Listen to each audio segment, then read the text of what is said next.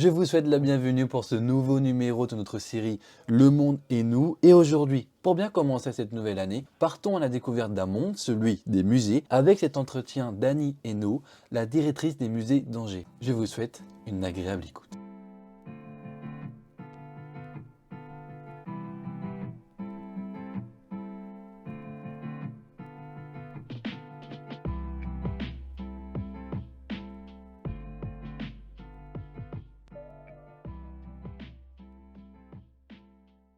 Bonjour, je suis donc Anne Hainaut, directrice des musées d'Angers.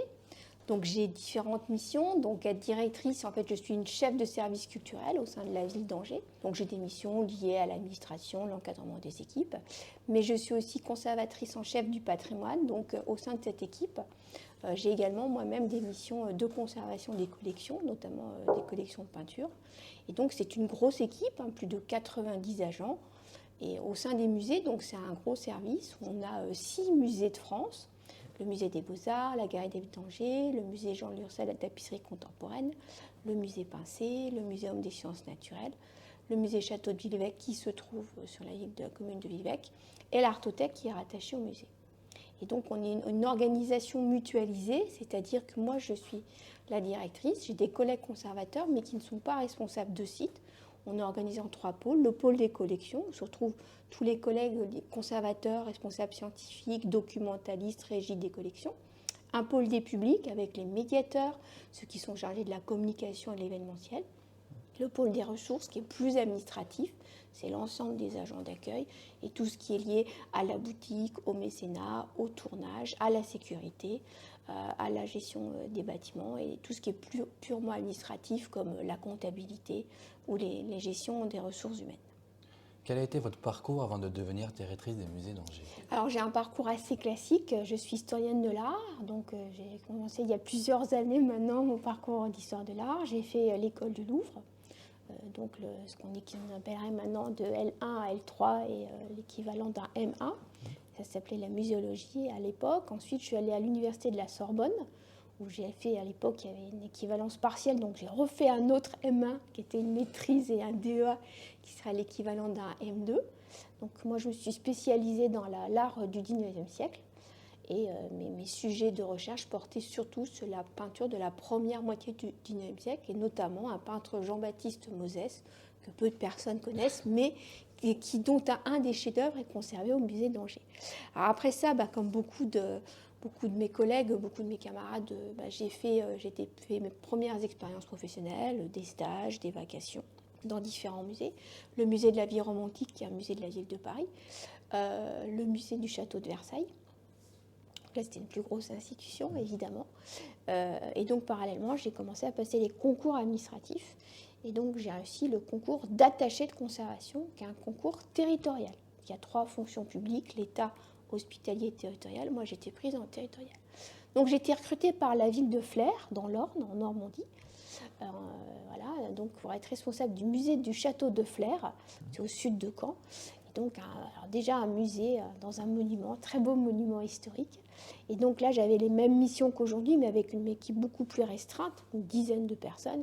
Et puis, évidemment, un bâtiment beaucoup plus petit. C'était un musée qui n'était pas chauffé, donc on était fermé pendant la période hivernale. Mais il y avait toutes les missions liées aux acquisitions, enfin aux collections, c'est-à-dire les acquisitions, les restaurations, les expositions, la programmation d'événements. Et déjà à l'époque, je travaillais beaucoup en partenariat avec la médiathèque, avec les archives, avec d'autres musées du territoire, donc avec le service archéologique. Donc j'ai vraiment mené beaucoup de partenariats. Ensuite, alors, j'ai passé un autre concours, le concours de conservateur du patrimoine en interne. Donc j'ai été admise à l'Institut national du patrimoine, donc à 40 ans, je suis retournée sur les bancs de l'école, entre guillemets. Et donc là, avec mes camarades de promo, donc j'ai eu 18 mois de formation. Donc l'Institut national du patrimoine forme les conservateurs, quelle que soit leur spécialité patrimoniale, c'est-à-dire musée, archives, archéologie, monuments historiques ou patrimoine scientifique et naturel. Et donc voilà, j'ai eu une formation. Et donc à l'issue de cette formation, il a fallu que je puisse être recrutée sur mon nouveau grade de conservateur du patrimoine. Et donc j'ai été recrutée par la ville d'Arras, dans le Pas-de-Calais, musée des Beaux-Arts. Donc les mêmes missions, voilà, de direction, une équipe plus grande, mais de direction, de gestion des collections, d'exposition, d'événementiel. Alors, quand je suis arrivée à Arras, il y avait 3 projets qui étaient aussi très intéressants, qui étaient un peu inhabituels par rapport à un mode de fonctionnement.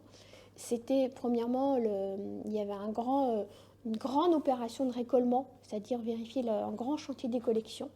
Donc ça, c'était quelque chose qui était donc vérifier toutes les œuvres, leur état, les reconditionner, voir si on fait des restaurations. Donc c'était un très gros chantier avec très belles collections. Il y avait un projet de faire un pôle culturel dans l'abbaye où était abrité le musée.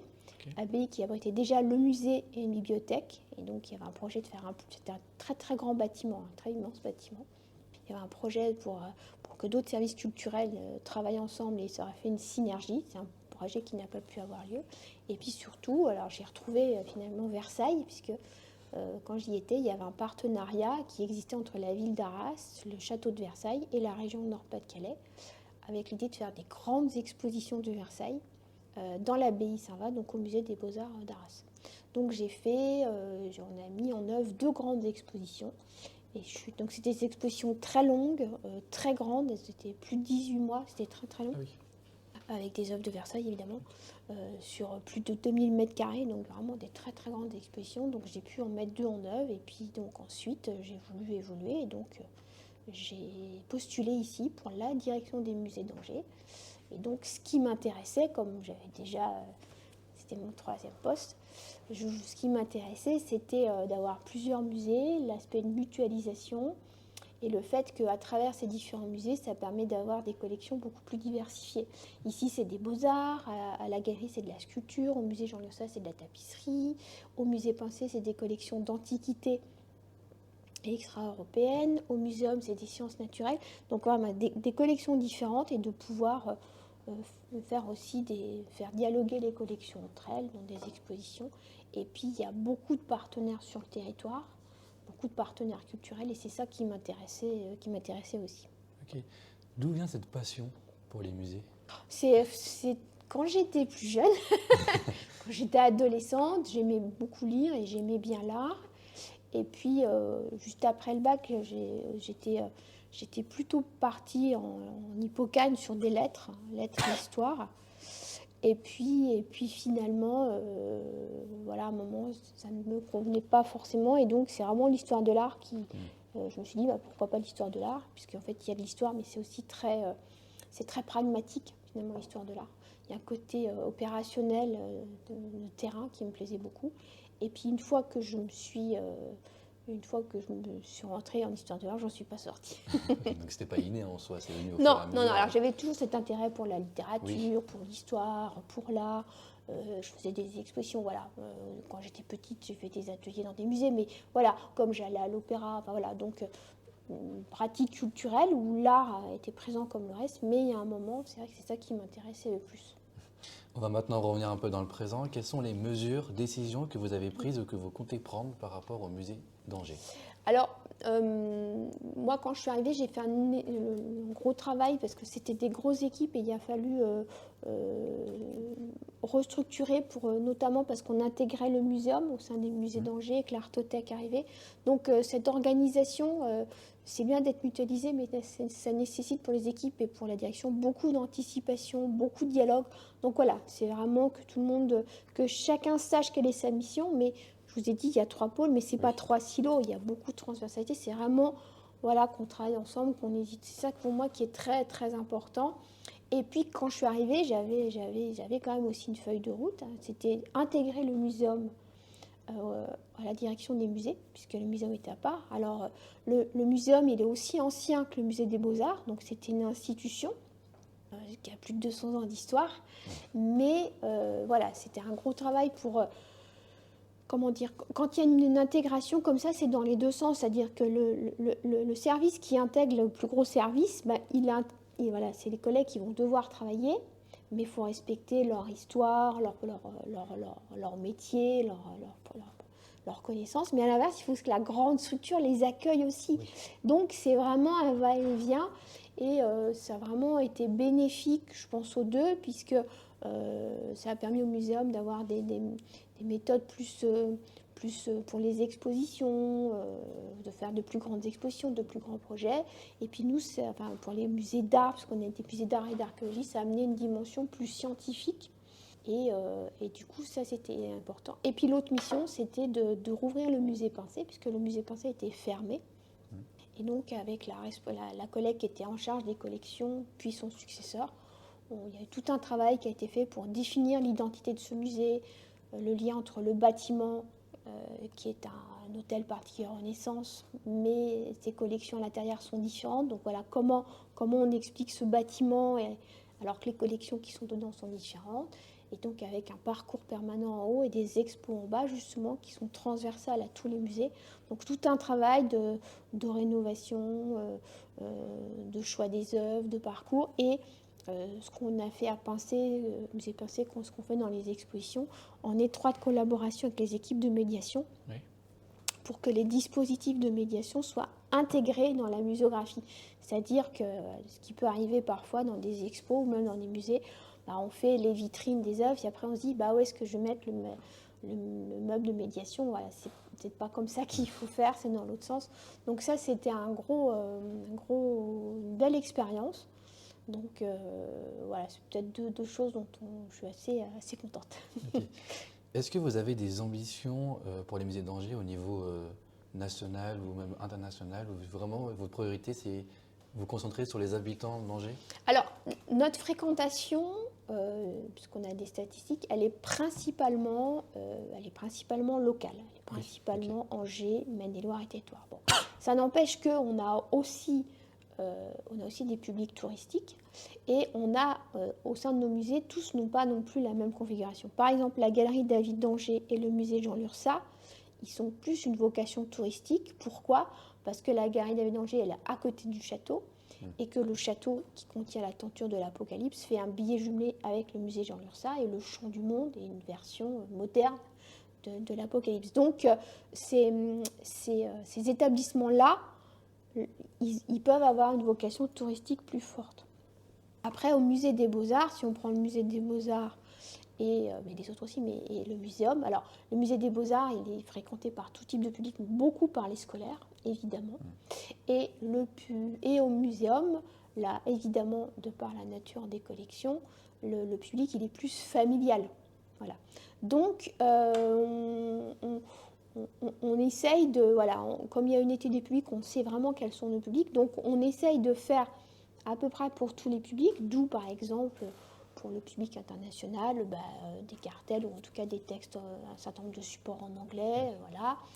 Pour le jeune public dans les salles qui est des dispositifs, ou ça peut être par des animations, par des événements. Donc on essaye de faire tous les publics, enfin toucher le plus de public possible, même si on est plus local. Alors après, la vocation touristique peut s'accentuer avec le temps, mais là, c'est en cela où on n'est pas une île, hein, on est en lien avec nos collègues de Destination Angers, puisqu'il y a cette ambition, et puis le label UNESCO obtenu Mémoire du Monde pour la tenture de l'Apocalypse fait qu'il va y avoir ça va sans doute drainer plus de visiteurs, donc il faut aussi que nous on soit en rendez-vous de ces visiteurs-là, et donc c'est pour ça que sur le territoire on est en lien avec Destination Angers qui est chargé de la promotion touristique et le château, puisqu'on est amené à être fréquenté par des touristes.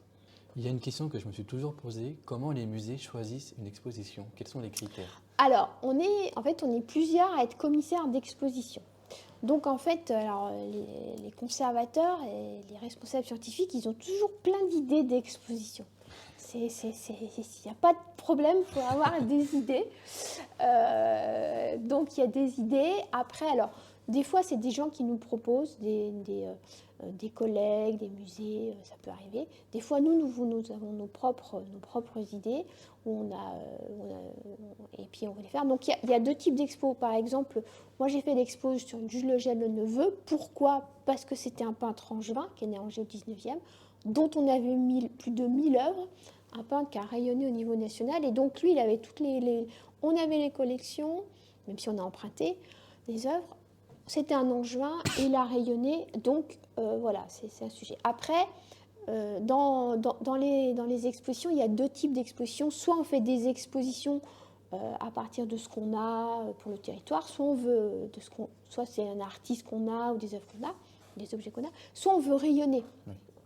Et dans ces cas-là, on veut montrer au musée ce qu'on n'a pas forcément dans nos fonds. C'est par exemple le cas de l'exposition I've Got a Feeling, les 5 sens dans l'art contemporain. Au sein des musées des Beaux-Arts, nous avons une collection d'art contemporain, mais c'est plutôt les collections classiques, 18e, 17e qui sont importantes, et 19e aussi. Et donc, du coup, par des expos d'art contemporain, ça permet de proposer aux Angevins, mais aux visiteurs aussi, des propositions d'art contemporain de haut niveau, très intéressants, en sachant que si on voit à l'échelle du Grand Ouest, il n'y a pas tant que ça, puisqu'on est entre Fontevraud et Nantes. On raisonne aussi comme ça, en sachant que les musées, on est un réseau qui est assez petit, et on connaît très bien nos collègues qui sont à Nice, qui travaillent à Bordeaux, qui travaillent à Nantes, qui travaillent à Tours. Voilà. Donc les expos, soit c'est à partir de nos collections ou d'un artiste qu'on a ou d'un sujet qui est le nôtre, soit on décide de faire venir des œuvres de l'extérieur. Après, c'est varié. On a fait par exemple l'exposition sur le thème des faluns. Donc, qui est très donc c'était une exposition, c'est le muséum qui était commissaire, les collègues du muséum qui étaient commissaires d'expo, donc très identitaire et très scientifique, mais c'était une très belle exposition aussi. Donc voilà, c'est vraiment très variable, où on a fait des expositions sur des artistes Mérodac-Jeannot, on a fait une exposition pour valoriser les collections d'Huilbec, donc collections de Moyen-Âge qui sont au château d'Huilbec. Enfin, c'est très variable, ou des expos d'art contemporain. Donc c'est des fois, là l'année prochaine on va accueillir une exposition qui a déjà eu lieu à au Mans et à Tours. Donc voilà, c'est très variable, mais en fait les commissaires et les responsables scientifiques, ils ont toujours plein d'idées d'exposition. C'est pas un problème. Donc pas d'inquiétude pour l'avenir. Non, on a plein d'idées. Est-ce que vous avez mis une stratégie en place pour attirer du public? Alors, comme je vous le disais, pour les publics, d'abord, il faut connaître les publics. Donc, on a plusieurs outils. On a une billetterie. Et donc, via notre billetterie, ça permet de savoir un certain nombre de choses par les tarifs. On sait si on a tant de moins de 18 ans, tant de moins de 6 ans. On sait les départements. Donc, via nos tarifs et nos billetteries, ça permet déjà de connaître un peu la typologie de public. Et puis, on a fait une étude des publics. Donc, voilà, avec une société qui est venue, qui a posé des questions, et avec un aspect quantitatif et qualitatif, pour que le public nous dise ce qu'ils aimaient, ce qu'ils n'aimaient pas, ce qui fonctionnait, ce qui ne fonctionnait pas. Et à partir de là, ça nous a permis, par exemple, de revoir les cartels, de revoir certains dispositifs, de dire il faut mettre plus de dispositifs de médiation, ou il faut prévoir plus d'événements. Donc à partir de ce que nous ont dit les gens, après, des fois, évidemment, le public dit s'il faudrait rénover tel musée, oui, nous aussi on aimerait bien, mais ça prend plus de temps. Donc voilà, à voir ce qu'on pouvait déjà faire. Et à partir de là, on a fait plein de petites... On a revu nos supports écrits, on a revu notre site internet, on a rendu des choses plus lisibles, voilà, parce qu'on avait beaucoup de choses. On a vraiment les tarifs, c'est beaucoup plus, mais c'est bête, mais les jours d'ouverture et on a aligné, on a harmonisé les horaires, on a harmonisé les tarifs.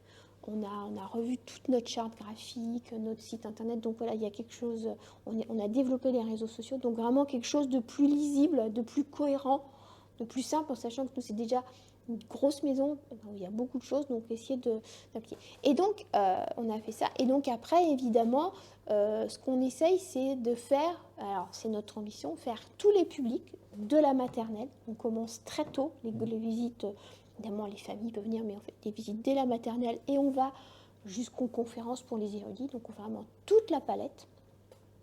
Mais par exemple, je vais prendre un exemple, c'est vrai que les étudiants, c'est compliqué de pouvoir les faire venir. Donc, depuis plusieurs années, il y a la nuit des étudiants qui est faite par et pour les étudiants. Donc, on avait une formule et on l'a revue. Et donc là, on est vraiment en partenariat avec l'Université d'Angers sur la programmation, l'accueil. Et donc, voilà, là, quand c'est plus compliqué, tu vas avoir des stratégies différenciées. Quand c'est plus compliqué, là, on fait quelque chose avec les étudiants. Du coup, on a un club des étudiants qui nous accompagne également sur certains événements.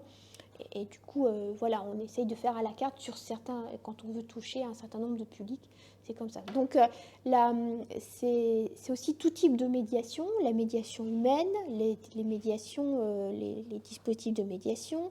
On a aussi des outils numériques.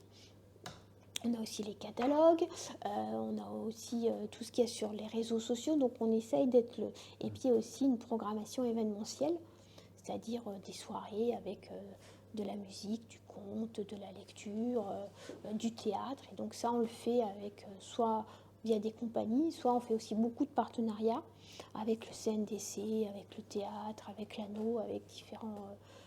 avec les 400 coups, voilà, on travaille avec beaucoup d'acteurs du territoire. Alors, pas tout le temps, parce qu'on ne peut pas travailler tout le temps avec tout le monde, mais sur des projets spécifiques. Et ce qui fait que le public qui vient d'habiter au musée peut aller au cinéma, et le public qui vient au cinéma peut venir au musée.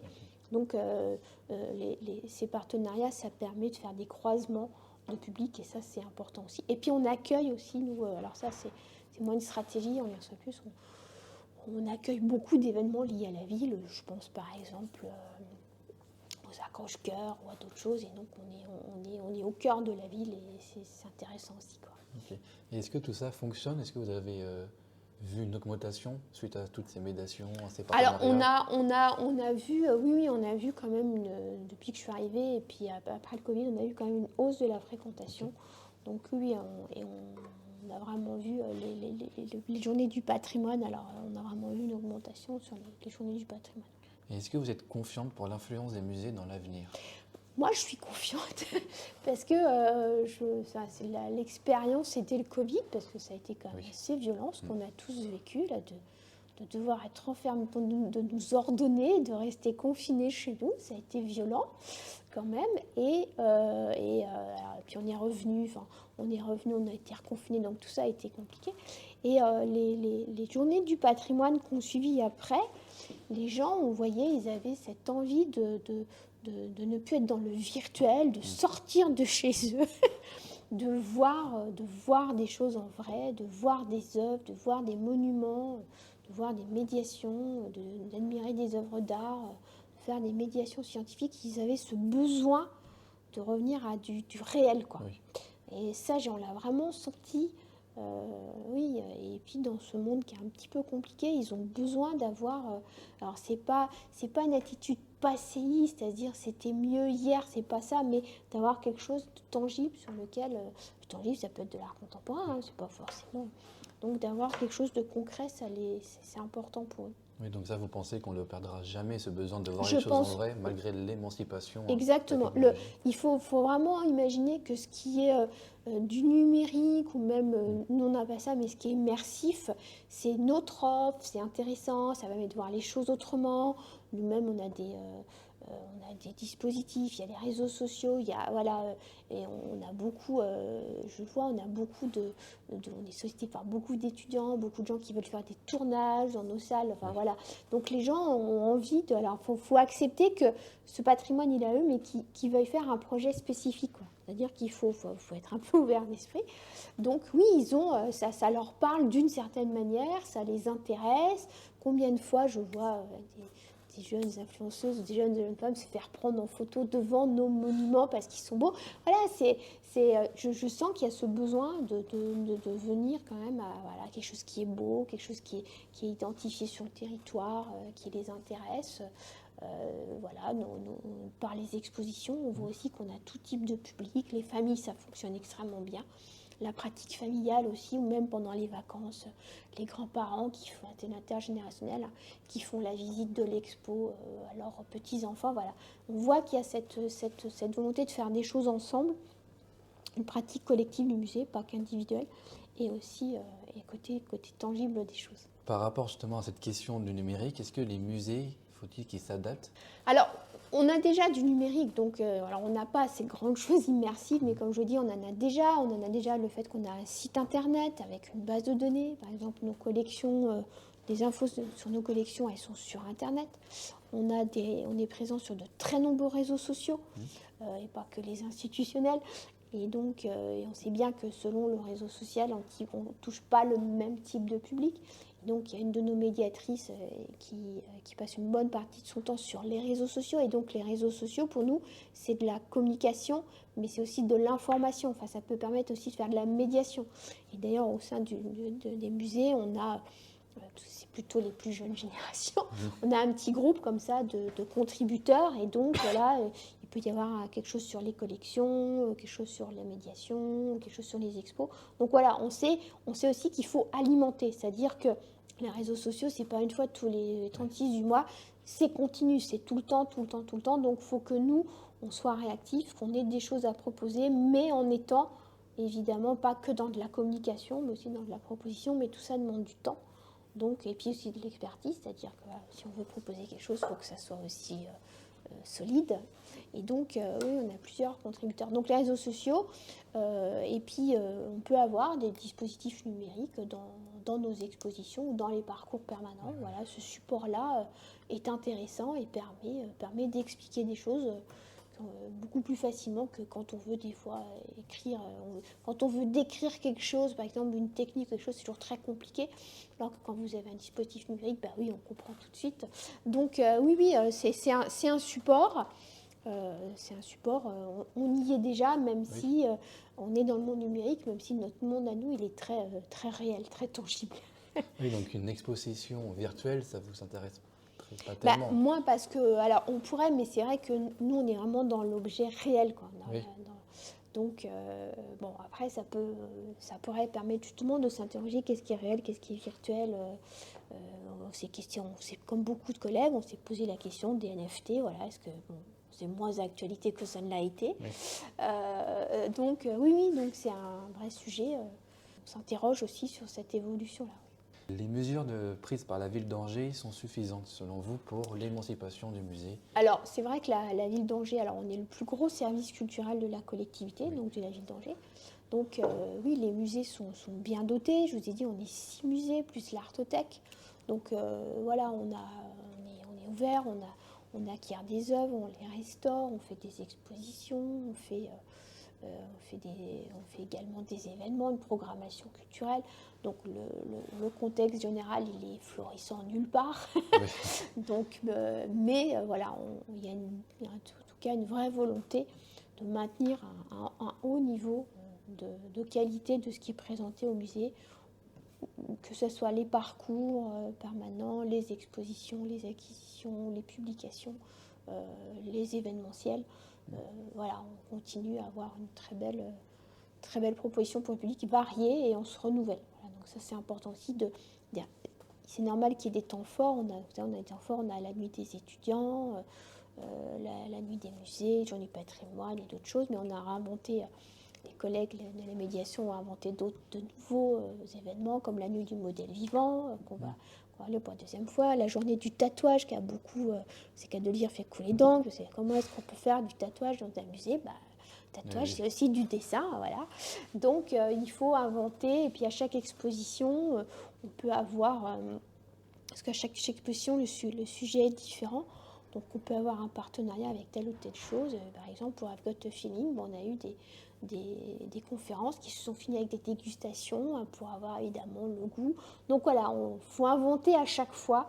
Faut inventer il y a des choses qu'on fait, mais selon chaque projet, on peut évidemment faire des choses qu'on n'a pas faites, des choses inédites. Si vous pouvez choisir, vous, une seule mesure pour mettre en avant les musées, que faites-vous? C'est compliqué. C'est quand même nous faire connaître encore plus, c'est vraiment ça. Alors, c'est pas que de la com, c'est vraiment de la promotion, nous faire connaître auprès des partenaires. On accueille aussi beaucoup, voilà, on est aussi beaucoup sollicités, nous. C'est-à-dire qu'on accueille beaucoup de soirées de la ville, on est beaucoup sollicités pour des locations, pour des entreprises et des associations, pour accueillir des conférences, pour accueillir des événements. Donc on est, même si c'est très patronal, on est une maison commune, on accueille beaucoup d'événements.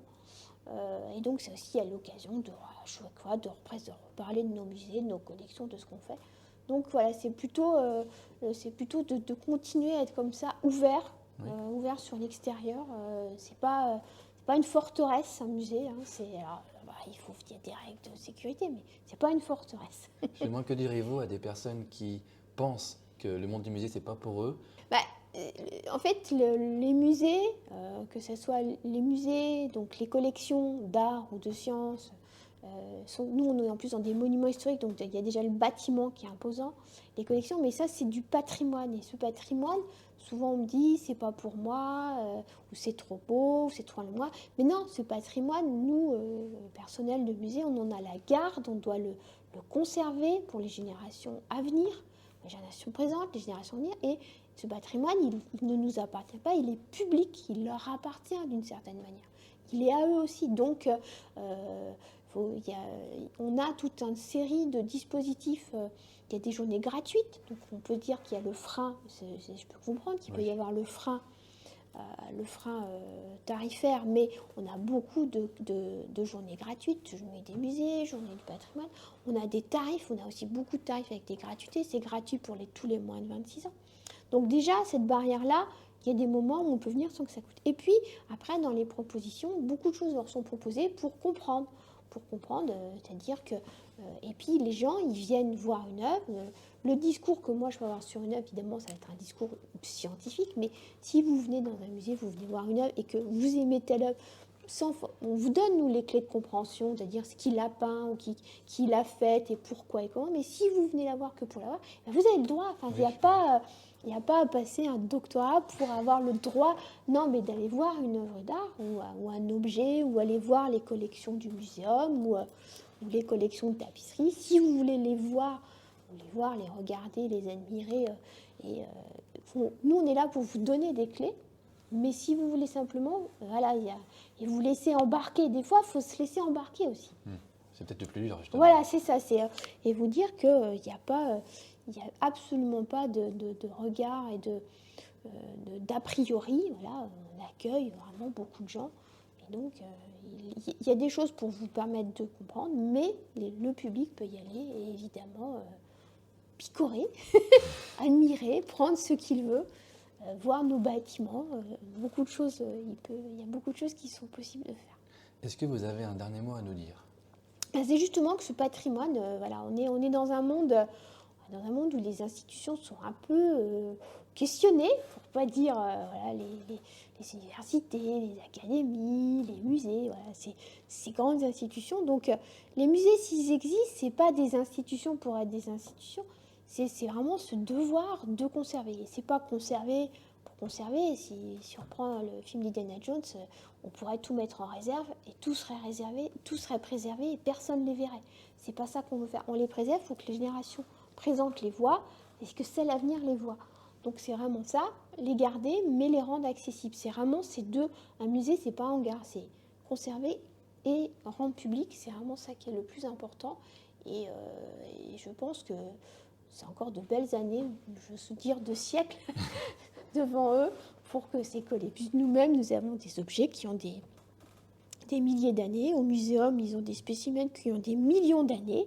Donc, ça fait aussi relativiser parce qu'on est très dans l'immédiateté, la brièveté. Et je sais que beaucoup de gens... Alors, c'est pas un asile, le musée, au sens de refuge, où on serait à l'abri du monde, agressif, mais ça fait c'est une petite pause, une petite parenthèse, comme ça, dans ce monde qui va très très vite, pour revenir à le temps plus humain, le temps de nos corps de mortels, de nos corps humains, et on est à ce degré-là, et il faut se donner le temps et se laisser embarquer par les collections.